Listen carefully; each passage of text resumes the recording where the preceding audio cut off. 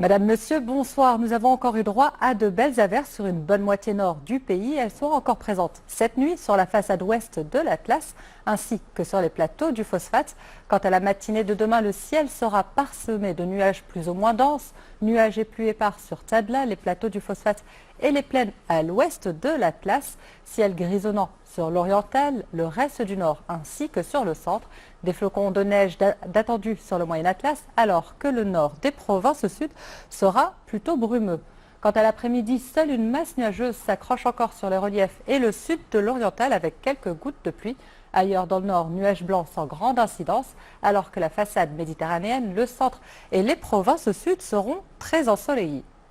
Les températures pour demain matin seront comprises entre 2 degrés à Ifrane et près de 18 à La Gouira, en passant par 13 à Smara et Agadir, 10 à Casablanca et 9 pour notre capitale. En deuxième partie de journée, les maximales seront en hausse dans le nord et le centre du pays, avec près de 17 à Oujda, Fès, Meknès et Casablanca, 18 à Rabat et près de 21 à Marrakech. Quant à ce week-end, le temps se stabilise. Samedi, passage nuageux sur l'Atlas et le sud de l'Oriental. En principe, nous ne devrions pas attendre aucune pluie dans ces régions.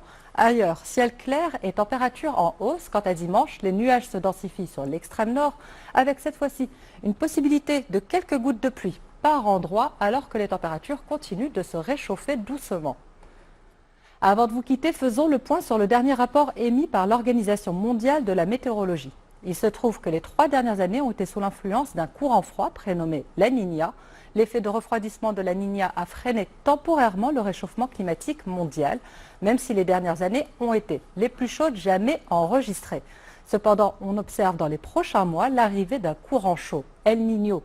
Ce phénomène de réchauffement des eaux du Pacifique équatorial pourrait réapparaître, faisant craindre une nouvelle hausse des températures partout dans le monde pour 2023.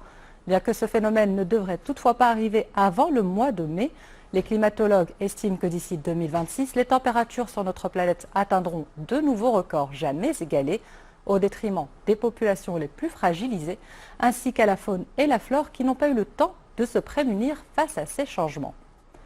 Voilà tout pour ce soir. Demain, vous retrouverez Karima Laouni pour la météo en français. Très belle soirée à toutes et à tous et à la semaine prochaine.